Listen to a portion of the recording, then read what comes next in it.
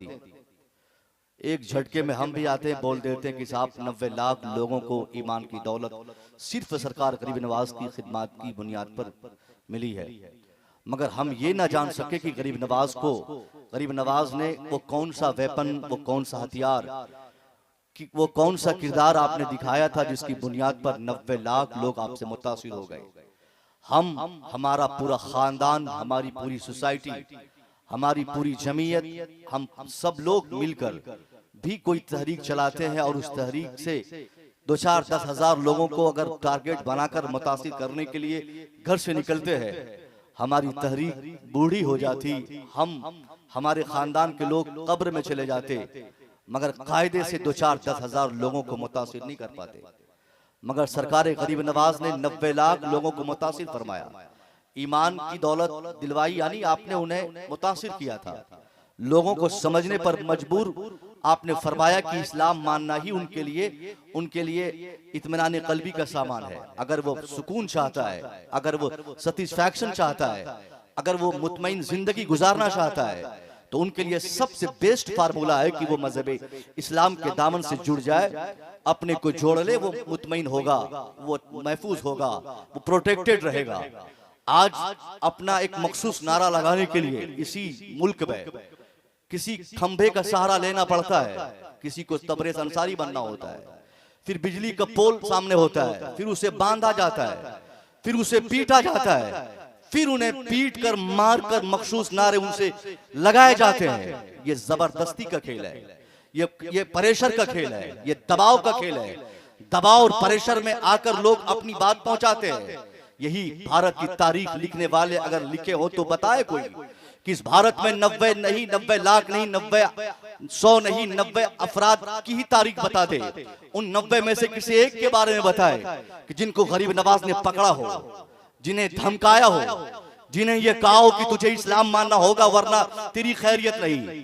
गरीब नवाज की तारीख बताती है कि आप मस्जिद में नमाज पढ़कर मस्जिद से बाहर आए, आपके अजमेर का एक खादिम, ये एक शख्स जो मुस्लिम नहीं था, वो आपके खादिम से मुलाकात किया, कहा उनसे मिलना है।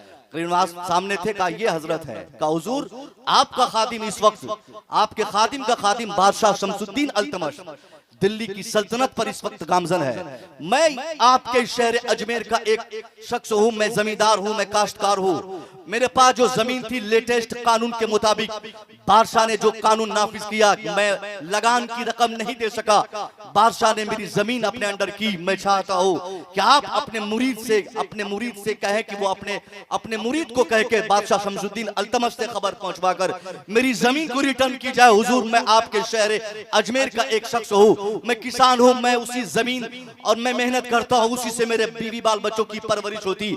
हुजूर आपसे गुजारिश है। आप मुस्कुराने लगे। आप फिर नमाज असर अदा किए और निकल पड़े।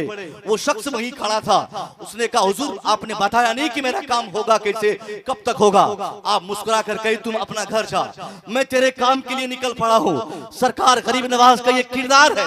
आपके पास हथियार नहीं था, आपने कुरान मुकद्दस को सीने से सटाया, आपने असा लिया, आपने एक मसल्ला था वो अपने साथ लिया और अजमेर मोहल्ला को छोड़कर आप दिल्ली आ रहे हैं बस इसी मामूली से काम के लिए। और अजमेर से दिल्ली की मसाफत कितनी है, कितना डिस्टेंस है?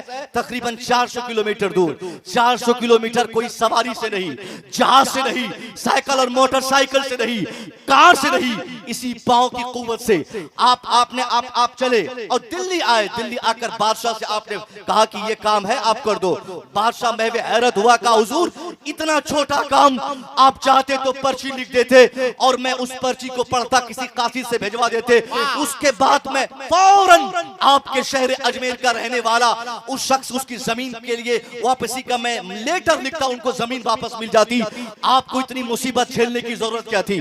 इतनी लंबी मसाफत तय करने की हाजत क्या थी? ये तकलीफ, ये परेशानी आपने क्यों बर्दाश्त की हुजूर? आखिर ये क्यों आपने बर्दाश्त की? सरकार गरीब नवाज ने फरमाया हाँ मैं जानता हूँ कि मैं चिट्ठी लिखता काम होता, मैं किसी को भेजता कहलवाता काम होता, मैं किसी थर्ड पार्टी से कहता तुम सुनते उसका काम करते, दे, मगर यहाँ मेरा मकसद सिर्फ उस किसान को जमीन दिलाना नहीं, मेरा मकसद उनको जमीन भी दिलाना है और उनके सीने में ईमान कैसे पहुंचे ये भी मेरा मकसद है। मैं चाहता हूं कि उनको जमीन भी मिल जाए और वो मेरा किरदार देखकर वो ये सोचने पर मजबूर हो जाए कि जब अजमेर में रहने वाला मोइनुद्दीन किसी इंसान की खिदमत के लिए इस कदर तकलीफ झेल सकता है, तो इनके वो पैगंबर जिनकी ये बात करते हैं वो कितने बाखलाक होंगे। मैं सिर्फ इस किरदार को दुनिया के सामने स्थापित करना चाहता हूँ। ये मेरे गरीब नवाज की तारीख है, ये तारीख हमारी किताबों में भी है, यही इतिहास उनकी किताबों में भी है। उनके लोग भी जानते हैं कि गरीब नवाज ने ऐसा किया जिसकी बुनियाद पर इतना बड़ा काम हुआ। मैं पूछता हूँ साहब, जलसा कराना आसान है, इंसान बनना बड़ा मुश्किल है। आज हम गरीब नवाज के नारे लगाते, मगर क्या इस किरदार पे हमें अमल करने का शौक और उसका जज्बा है क्या? नहीं। इंसानियत मर चुकी हमारे अंदर से, आदमियत खत्म हो चुकी है हमारे अंदर से। हमने प्रेशर की दुनिया बनाया, हमने साहब जबरदस्ती दुनिया बनाई, हमने इस दुनिया को अपने कंट्रोल में लेने के लिए हमने चाबुक लिया, गन लिया, लाठी लिया, तलवार लिया, अपनी बात बनवाने के लिए हमने दूसरे को अपना मुरीद करने के लिए अपनी ताकत और बल का हमने प्रयोग किया। हर लिहाज से हमने इंसानियत को मुर्दा किया है। आज भी अगर हम चाहते हैं कि इंसानियत वापस आए तो गरीब नवाज की इस किरदार पे अमल करने की शदीद जरूरत है। न सिर्फ गैर कौम को बल्कि बहैसियत मुसलमान हमारी जरूरत है कि हम सबसे पहले इंसान बन जाए। इंसानी खिदमत का इतना शानदार और सुंदर सा जज्बा अगर हमारे दिल में हो तो आज भी जो लोग हमें गालियां देते हैं वो मानने पर मजबूर होंगे साहब कि ये मुसलमान होने का मतलब ये होता है, इस्लाम मानने वाले का मतलब ये होता है। हम क्या एक्सपेक्टेशन रखते हैं गैरों से? हम उन्हें बुखारी पढ़ने की दावत दें, हम उन्हें कुरान पढ़ने की दावत दें, हम उन्हें मिशकात पढ़ाएं उनको। साहब वो मिशकात नहीं पढ़ेंगे, वो बुखारी नहीं पढ़ेंगे, उनको तिरमिज़ी से शौक नहीं है, उन्हें कुरान से कोई मतलब नहीं, वो कुरान नहीं पढ़ना चाहेंगे। आज हमारे लोग कुरान नहीं पढ़ते तो हमारे मुखालिफ क्या कुरान पढ़ेंगे?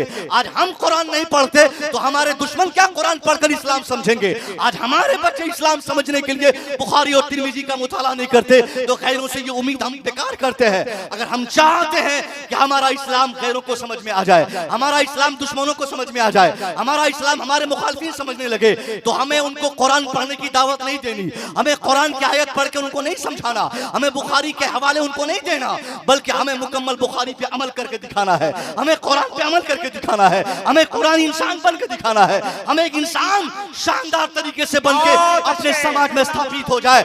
मैं कसम खा के कह सकता हूँ ये जो हालात आज खराब हुए हैं दुनिया भर में मुसलमानों के ताल्लुक से, जो दुनिया टारगेट कर रही है, तहरीकें चला रही है, बहुत हद तक हम अपने दुश्मनों को ये समझाने में कामयाब होंगे कि इस्लाम उसे कहते हैं, इस्लाम इसे कहते हैं, इस्लाम का मतलब है इस्लाम का मानने वाला झूठ न बोले, इस्लाम का मानने वाला चुगलखोरी न करे, इस्लाम का मानने वाला झूठ न बोले, इस्लाम का मानने वाला किसी पर जुल्म न करे, इस्लाम का मानने वाला ज्यादती न करे, इस्लाम का मानने वाला बेहयाई न करे। ये इस्लाम का मतलब है। हम मुसलमान बेटी बेहया, हम मुसलमान बेटा बदतमीज, हम मुसलमान हम बदतमीज, हम मुसलमान अगर हम जालिम रहे तो ये क्या अलामत हमारे पास बची जो हम दुनिया को बता सके कि ये इस्लाम का मतलब ये होता। आज हम महफूज नहीं अपने भाई से, हमारा भाई हमसे महफूज नहीं, हमारा घर हमसे महफूज नहीं, हमारी आबादी हमसे महफूज नहीं। कौन सा मुसलमान है जो ये ना कह सके कि हजरत मैं परेशान हूँ अपने लोगों से?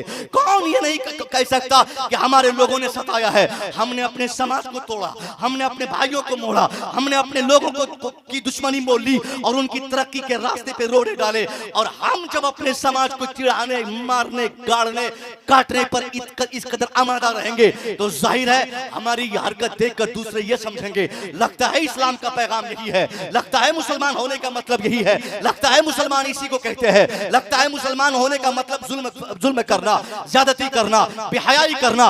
वो कौन सी बुराई जो आज से 25-30 साल पहले खास तौर पे गैरों की अलामत समझी जाती थी, और वो कौन सी बुराई है जो आज हमारी पहचान नहीं समझी जाती? झूठ अगर गैर बोलते थे तो आज हम झूठ के सरदार हैं, जुल्म अगर गैर करते थे तो आज हम जुल्म के सरदार जालिम बनकर बैठे हैं। अगर बेहयाई गैरों के घरों से, दुश्मनों के घरों से, उनकी औलादों से, उनके बाल बच्चों से अगर हम देखते थे तो आज हमारी बेटियां भी बदतमीजी करने में पीछे नहीं, हमारे बच्चे भी बेहयाई करने में पीछे नहीं। तो साहब हमने अलामत खत्म कर दी, हमने पूरी पहचान मिटा दी। एक पहचान बताइए जिसे देखकर हम कह सके कि that is Muslim, that is accepted, that man accepted Islam. हम कह सके कि ये मुसलमान है, इसने इस्लाम कबूल किया है, इसने पैगंबर इस्लाम का कलमा पढ़ा, उनके किरदार पे अमल किया है। ये कहना बड़ा आसान है साहब कि वो लोग हमारे मुखालिफ हो गए, वो दुश्मन हो गए, यही भारत है। इससे ज्यादा खतरनाक माहौल पहले था।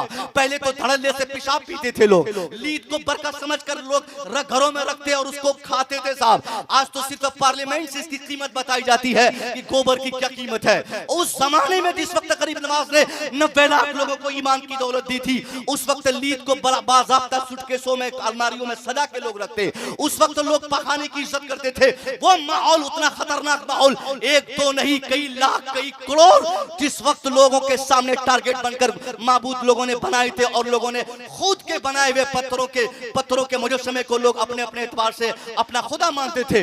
उस भयानक माहौल में जहां दूर दूर तक इस्लाम का नामो निशान नहीं था, उस माहौल में अगर कट्टर इस्लाम के दुश्मनों के दिलों में अगर इस्लाम घुस आया है, जो गरीब नवाज की लाठी की ताकत रही, आपके आसा की ताकत रही, आपके पास तलवार रही, वो किरदार मुस्तफा की दी हुई दौलत थी, जो आप इस महान भारत में, आप इस महान हिंदुस्तान में आप दिखाते रह गए, दिखाते गए, आप चलते गए, पीछे कारवां बनता गया, आप आगे निकलते गए। कभी एक था, 1000 हुआ, 1 लाख हुआ, और वो तादाद इस कदर तादाद की कि लोग बोलते हैं कि वो 90 लाख तक तादाद पहुंच गई। क्या कहने, नारे तकबीर, नारे रिसालत, ख्वाजा महाराजा कॉन्फ्रेंस।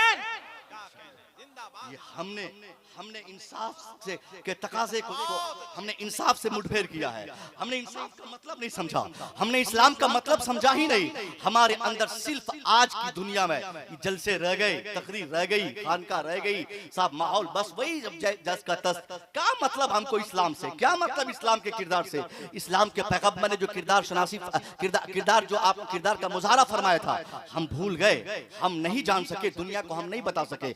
आज आपके लिए जरूरत इस बात की है, पहले आप अपनी आबादी ठीक करें, अपना माहौल ठीक करें, अपने भाई को गले से लगा लें। एक भाई के लिए दूसरे भाई के जीने का मतलब ऐसा शानदार हो जाए कि उनके लिए सेक्रीफाई और कुर्बानी का जज्बा उनके अंदर 24 घंटा रहे। मगर हम तो मतलबी हो गए, भाई मर रहा है, हमें मतलब नहीं, और मरने दो, जेल भेज दो, उसे तबाह कर दो, उसके रास्ते में रोड़े डाल दो। हमने इसको इस्लाम समझ लिया, जिसके नतीजे में आज हमने खुद ही अपना मतलब जीने का गंवाया है। हमें नहीं मालूम कि कलमा सिर्फ इस्लाम है, कलमा सिर्फ इस्लाम नहीं है। हमें जानने की जरूरत है कि कलमे के साथ साथ कलमे के बहुत सारे डिमांड्स हैं, बहुत सारे तकाजे हैं। इस्लाम के पैगंबर ने किसी मौके से फरमाया था, अल-ईमानु बिजुम सबून शोबा, there are several parts of belief.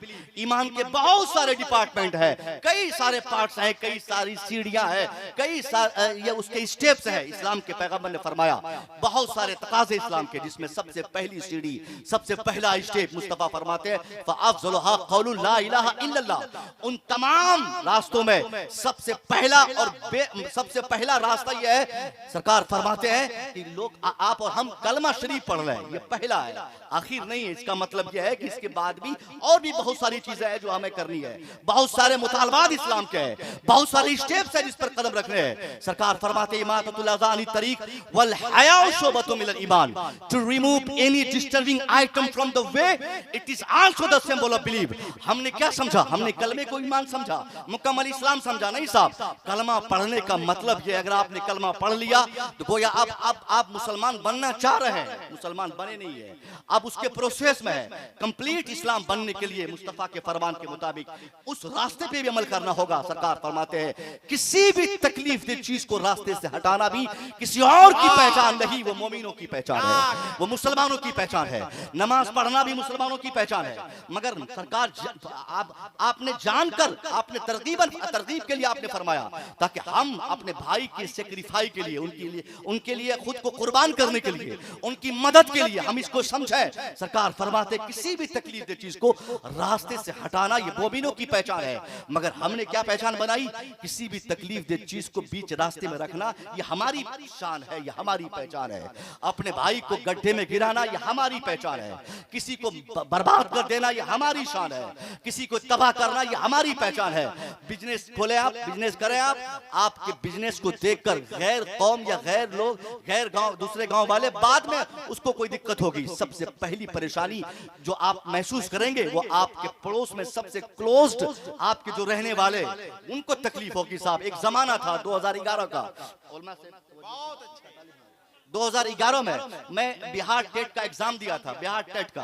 2010 में मेरी फरागत हुई, फौरन एग्जाम दिया, टेट का एग्जाम था, उर्दू सब्जेक्ट में 30 नंबर था, मैं एग्जाम दिया। मेरे गांव के 2-3 चुलबुले पास हो गए। मैं चुपचाप मौलवी बन के मदरसा से डायरेक्ट निकला, ना हिंदी से मुलाकात, ना अंग्रेजी जानता, ना साइंस से मतलब, ना मैथ से मतलब। थोड़ा नंबर कम आया, फेल हो गया। पूरे गांव में ढिंढोरा पीटने वाले, पीटे है क्या पढ़ के आया, बोलता शफिया में पढ़े, यही पढ़ा, टीएटी एग्जाम पास नहीं कर पाया। इस कदर जिल्लत और रुसवाई का माहौल उन लोगों ने बना दिया। एक हफ्ते तक मैं अपने घर में बंद रहा, शर्म से निकलता नहीं था कि गांव के वो भैंस चराने वाले जिन्होंने 25-30 हजार रुपया देकर इधर उधर करके पास हो गया और आज मुंह चिढ़ा रहा है, वो पास हो गया, हमारे बारे में माहौल बना दिया कि फेल हो गया। मैंने मेहनत की, पिछली बार लगातार कई बड़े एग्जाम में पास किया, जो उनकी औकात नहीं वो एग्जाम पास करे, मैंने पास करके दिखाया। अब वही लोग जो पहले मुंह चिढ़ाते थे अब सामने नहीं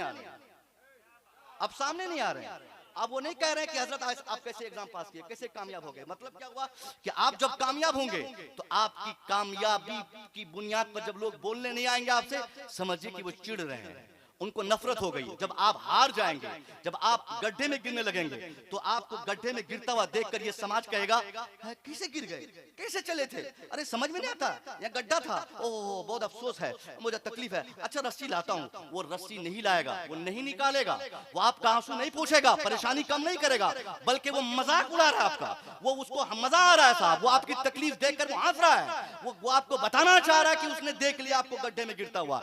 ये माहौल हमने क्रिएट किया दुश्मनी का, ये माहौल हमने अपने भाई को जलाने, दुश्मनी के माहौल में उसको फंसा कर जेल भेजने का हमने माहौल बना दिया। और हम बेकार दूसरों को गाली देते साहब कि वो हमारी दुश्मनी चाहता। साहब हमने इस्लाम को गलत मतलब से समझ, गलत तरीके से समझा, और हम दुनिया को समझा नहीं पा रहे कि इस्लाम कहता क्या है। पैगंबर इस्लाम ने एक दफा फरमाया सैयदा आयशा से, आयशा बोल तुझे क्या चाहिए, आयशा तू आज जो मुतालबा करेगी ये मैं तुझे दूंगा, तू बोल तुझे क्या चाहिए। सैयदा आयशा समझ गई कि क्या मांगू, क्या मांगू, बहुत अच्छी अपॉर्चुनिटी है, बहुत अच्छा मौका है, क्या मुतालबा करूं। थोड़ी देर के बाद आप कहती हुजूर मैं अपने अब्बा से मशवरा करती हूँ, मेरे अब्बा क्या बोलते हैं मांगने को, फिर मैं अब्बा के मशवरे के बाद आपके सामने अपनी फरमाइश रखूंगी कि मुझे ये चाहिए। सैयदा आयशा दौड़े गई अपने वालिद मोहतरम जनाब सिद्दीक अकबर के पास, कहती हुजूर अब्बा हुजूर मेरे सरकार ने फरमाया कि मैं आज जो मांगूंगी मुझे वो देंगे, आप बताइए जल्दी से कि मैं क्या रखूं, क्या मांग रखूं। सर सिद्दीक अकबर कहे कि बेटी बहुत अच्छा मौका है, मैं बहुत दिनों से इसकी ताक में था कि कोई ऐसा मौका, कोई ऐसी अपॉर्चुनिटी आए कि मैं ये हाथ सामने रखूं। बेटी कुछ नहीं मांगना है, चुपचाप चली जा, अपने शौहर से कहना कि जब आप शबे मेराज अल्लाह के कुर्बे खास में हाजिर हुए थे, जब अल्लाह से आपसे बातें हुई थी, जो कन्वर्सेशंस हुए थे, जो मुकालमात हुए थे, उन सारी बातों में जो इंपॉर्टेंट, जो भेद की बातें हैं, उनमें से 2-4 काम की बातें मुझे बता दी जाए ताकि उस पर अमल करके मैं भी कामयाब हो जाऊं और आपकी उम्मत के हजारों लोग कामयाब हो जाएं। हजरत सिद्दीक अकबर ने फरमाया, सैयदा आयशा दौड़े आई कि हुजूर आप जब शबे मेराज अल्लाह के नजदीक आपकी जब हाजिरी हुई थी, अल्लाह से आप जब मुलाकात किए थे, जो बातें हुई थी, जो राज की बातें उनमें से है, वही राज की बातें बता दी जाए। मुस्तफा फरमाते आयशा राज को राज रहने दो, मत खोलो। आयशा कहती हुजूर आपको बताना होगा, एनी हाउ किसी तरह आप बताएं, यही मेरी मांग है। हुजूर फरमाते आयशा एक कदम आगे बढ़ा, आप आगे बढ़ी, सरकार भी एक कदम आगे बढ़े। आपने फरमाया आयशा सुन, शबे मेराज अल्लाह से जब मेरी मुलाकात हुई, जो कन्वर्सेशन अल्लाह के बीच में मुझसे जो हुई, उनमें से जो राज की बात है सुन आयशा। अल्लाह ने फरमाया कि ए मोहम्मद सल्लल्लाहु अलैहि वसल्लम आपकी उम्मत में से, आपके चाहने वालों में से जो शख्स भी किसी गड्ढे में गिरते इंसान को उठाएगा, किसी का आंसू पोंछेगा, किसी तकलीफ दे इंसान की तकलीफ में काम आएगा, किसी मजबूर के मजबूरी में काम आएगा, किसी की तकलीफ देखकर उसकी मदद के लिए खड़ा होगा। सरकार फरमाते हैं आयशा सुन, रब ने वादा फरमाया कि रब ने वादा किया कि मोहम्मद मेरे ऊपर लाजिम होगा कि मैं ऐसे शख्स को बगैर किसी हिसाब के डायरेक्ट जन्नत अता क्या कर देंगे। कहने कोई हिसाब नहीं, कोई हिसाब नहीं। उलमा तशरीफ फरमाया, आप पूछे इनसे, और कि ये अल्लाह पर कोई जरूरी नहीं है कि आपको नमाज के बदले में जन्नत दे ही दे। अल्लाह पर कोई कुछ भी लाजिम नहीं है। अकायद की किताबों में बताया गया है कि रब पर कुछ भी लाजिम नहीं, बस शर्त ही कि अल्लाह खुद अपने लिए लाजिम कर लिया हो। रब ने फरमाया मेरे ऊपर लाजिम होगा कि मैं ऐसे शख्स को डायरेक्ट जन्नत गिफ्ट करूं जो किसी का आंसू पोंछेगा, जो किसी गड्ढे में गिरते इंसान को उठाएगा, जो किसी की तकलीफ में काम आएगा। मुस्तफा करीम ने फरमाया, सैयदा आयशा खुश होकर अपने अब्बा की बारगाह में हाजिरी दी कि अब्बा बहुत खुशी की बात है, ये तो गजब हो गया। रब का वादा है कि रब ऐसे शख्स को डायरेक्ट जन्नत गिफ्ट फरमाएगा जो किसी की मदद करता है, जो किसी का आंसू पोंछता है। सैयदा आयशा बता रही हैं, उधर सिद्दीक़ अकबर रोने लगे, ज़ारो कतार रोए, इस कदर आप रोए कि आपकी दाढ़ी भीग गई। सैयदा आयशा कहती है, अब्बा हुजूर ये तो रोने की कोई बात ही नहीं थी, रोने का कोई मतलब ही नहीं है। हम लोगों ने बहुत सारे लोगों की मदद की है, किसी की मदद काम आ जाए तो हम कामयाब है। अब्बा आप रो क्यों रहे हैं? सिद्दीक़ अकबर ने फरमाया, बेटी आयशा तूने रब के फरमान का सिर्फ एक पहलू पे गौर किया, तूने एक हिस्से को पढ़ा और उसको समझा, इसलिए तुम मचल रही हो। बेटी आयशा रब ने क्या कहा? जो इंसान किसी इंसान के आंसू को पोंछेगा उसे अल्लाह डायरेक्ट जन्नत गिफ्ट फरमाएगा। इसी फरमान इलाही का दूसरा रुख ये कहता है कि जो इंसान किसी इंसान को रुलाएगा, जो किसी को तड़पाएगा, जो किसी को दुख पहुंचाएगा, जो किसी को गड्ढे में गिराएगा, जो किसी को परेशान करेगा, जो किसी की तकलीफ को नहीं समझेगा, अल्लाह ऐसे इंसान को भी डायरेक्ट जहन्नम भेज देगा। ए आयशा मैं इसलिए रो रहा हूं कि मेरी बची हुई जिंदगी में कोई पल ऐसा ना आ जाए कि मुझसे किसी इंसान को, अल्लाह के किसी बंदे को तकलीफ हो जाए।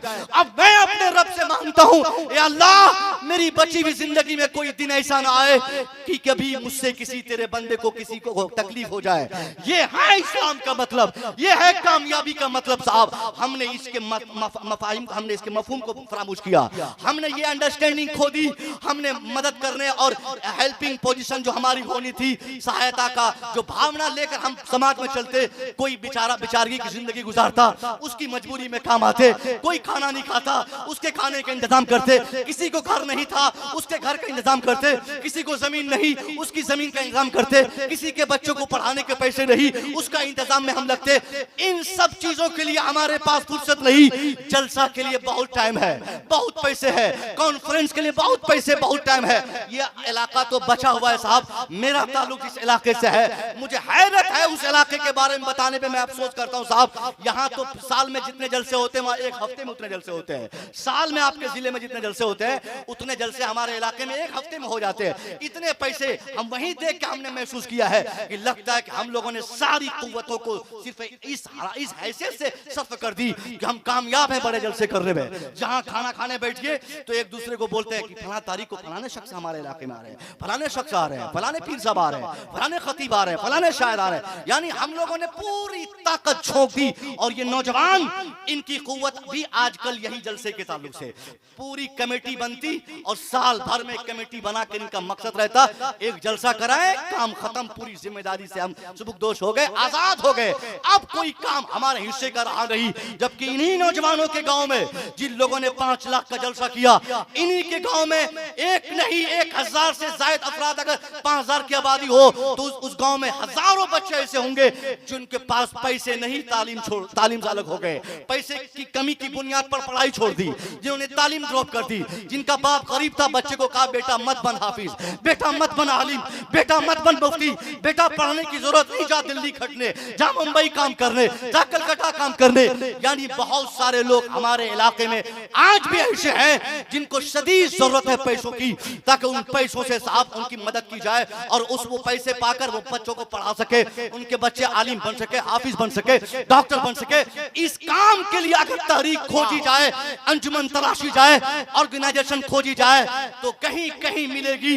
और वैसे तो मुसलमान का ज़हन ही इस तरफ नहीं जाता कि उनको एक तंजीम बनानी है, उनको एक तहरीक बनानी है, उनको एक ऑर्गेनाइजेशन बनाना है। एक मुखिया जी हमारे इलाके में होते हैं, बहुत बहुत दिन पहले मुझसे फोन करते कि हजरत जल्दी घर आइए, किस इलाके में है? मैं बोलता कि अभी यूपी में हूँ, बड़ा घर आइए, अभी हमको एक तंजीम बनानी है। मैं पूछा साहब कौन सी तंजीम, कौन सी तारीख? उसने कहा गरीब नवाज फाउंडेशन मैंने बनाया है, आपको मैं सरपरस्ती की जिम्मेदारी देता हूँ, आप कबूल करें। हमने कहा साहब इंटेंशन क्या है, इरादा क्या है, मकसद क्या इस तंजीम का?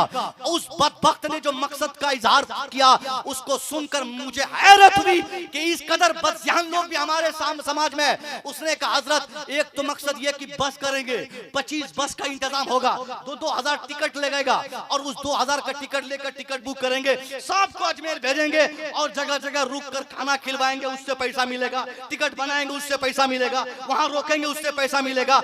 यानी वो चंदा करेंगे गरीब नवाज के नाम पर और अपना घर बनाएंगे, गाड़ी खरीदेंगे, मकान बनाएंगे। ये उसने अपने दिमाग से निकाल के उस तंजीम का मकसद हमारे सामने जाहिर किया। मैंने कहा जनाबे वाला, सरकार गरीब नवाज की हाजत ये नहीं कि हम बस करके उनकी बारगाह में जाएंगे, वो हमसे खुश होंगे। हम नहीं जाए कभी, उनसे अकीदत रखकर इसी जिले में रह जाए, उनसे मोहब्बत करके यही रहे और उनकी मोहब्बत का तकाजा ये हो कि उनके किरदार को दुनिया के सामने बताए कि मेरे गरीब नवाज ऐसे थे। कभी न जाए और उनके नाम की तारीख बनाकर, खुदा की कसम, अगर हमने अपनी मस्जिद की पेशानी पर एक पोस्टर चिपका दिया, दरवाजे पर एक ब्लैक बोर्ड लिखवा दिया कि साहब हमारे इलाके में या इस गांव में, इस क्षेत्र में, इस आबादी में कोई लड़का अगर मैट्रिक पास किया हो, आगे इंटर करना चाहता हो तो वो अपनी तालीम को ड्रॉप ना करे, वो पढ़ाई ना छोड़े। अगर वो हाफिज बना हो, आलिम बनना चाहता हो तो वो अभी तालीम ना छोड़े, वो कंटिन्यू करता रहे, वो पढ़ाई करता रहे, क्योंकि उसके लिए हम लोगों ने तंजीम बनाई है, हम लोगों ने ऑर्गेनाइजेशन बनाया है, हम लोगों ने तहरीक बनाई है। अगर आप ये ऐलान करेंगे और आपके इलाके का एक लड़का भी आपकी तंजीम के पैसे से पढ़कर हाफिज कुरान बन जाए, आलिम दीन बन जाए, डॉक्टर बन जाए, इंजीनियर बन जाए, मैं कसम खा के कह सकता हूँ 50,000 बस किराए पे करके अजमेर जाने से भी जो फायदा नहीं होगा, उससे कई लाख गुना फायदा सिर्फ एक बच्चे को पढ़ाने से होगा। बहुत अच्छे। नारे तकबीर, नारे रिसालत, फैजाने गरीब नवाज। हमने इंसानी खिदमत का ये जज्बा अपने अंदर नहीं रखा, हमने लोगों की मदद करने का जो हौसला हमारे अंदर होना था, हमने इसको समझा तक नहीं साहब। उम्रा पे उम्रा करना और ज़ियारत पे ज़ियारत करना, बस पे बस। अब तो उम्रा का फैशन भी बदलता जा रहा है। मैं अभी सूरत गुजरात में था, हमारे बड़े भाई नकीब साहब मौजूद थे, एक बात समझ में आई थी, मैं बोल दिया था, फैशन हमने बना लिया साहब। और हमने ये तवज्जो नहीं दी कि ये पैसे की जरूरत किसी को है क्या समाज में, जो इस पैसे को लेकर अपने मुस्तकिल को बना सकता है। हमारा समाज तबाह हो गया। हम आलिम बन गए तो क्या मतलब, हमें देखना है कि हमारे पड़ोस में कोई लड़का ऐसा भी है जो पढ़ नहीं सका है। आपके गांव में अगर 20 लोग डॉक्टर हो जाएं, 20 इंजीनियर पैदा हो जाएं, 20 मुफ्ती साहब आ जाएं, 20 लोग 20-20 करके अगर 100 लोगों की आबादी है, 95 लोग पढ़ ले, 5 लोग सिर्फ 5 फर्द सिर्फ जाहिल आ जाए, 5 बच्चे ना पढ़ सके, तो वही 5 बच्चे जो नहीं पढ़ पाए हैं, वो 95 लोग जो पढ़ के बड़ा बड़ा घर और जमीन जगह गाड़ी खरीद लिए हैं, फिर भी वो 5 लोग जो जाहिल बच चुके हैं, वही 5 जाहिल, उन 95 लोग जो पढ़ लिख कर शानदार इंसान बनने की कोशिश कर रहे हैं, उनकी नींद उड़ाने के लिए वही 5 लोग काफी होंगे। अब उस 95 की जिम्मेदारी है साहब कि वो उन 5 की फिक्र करें ताकि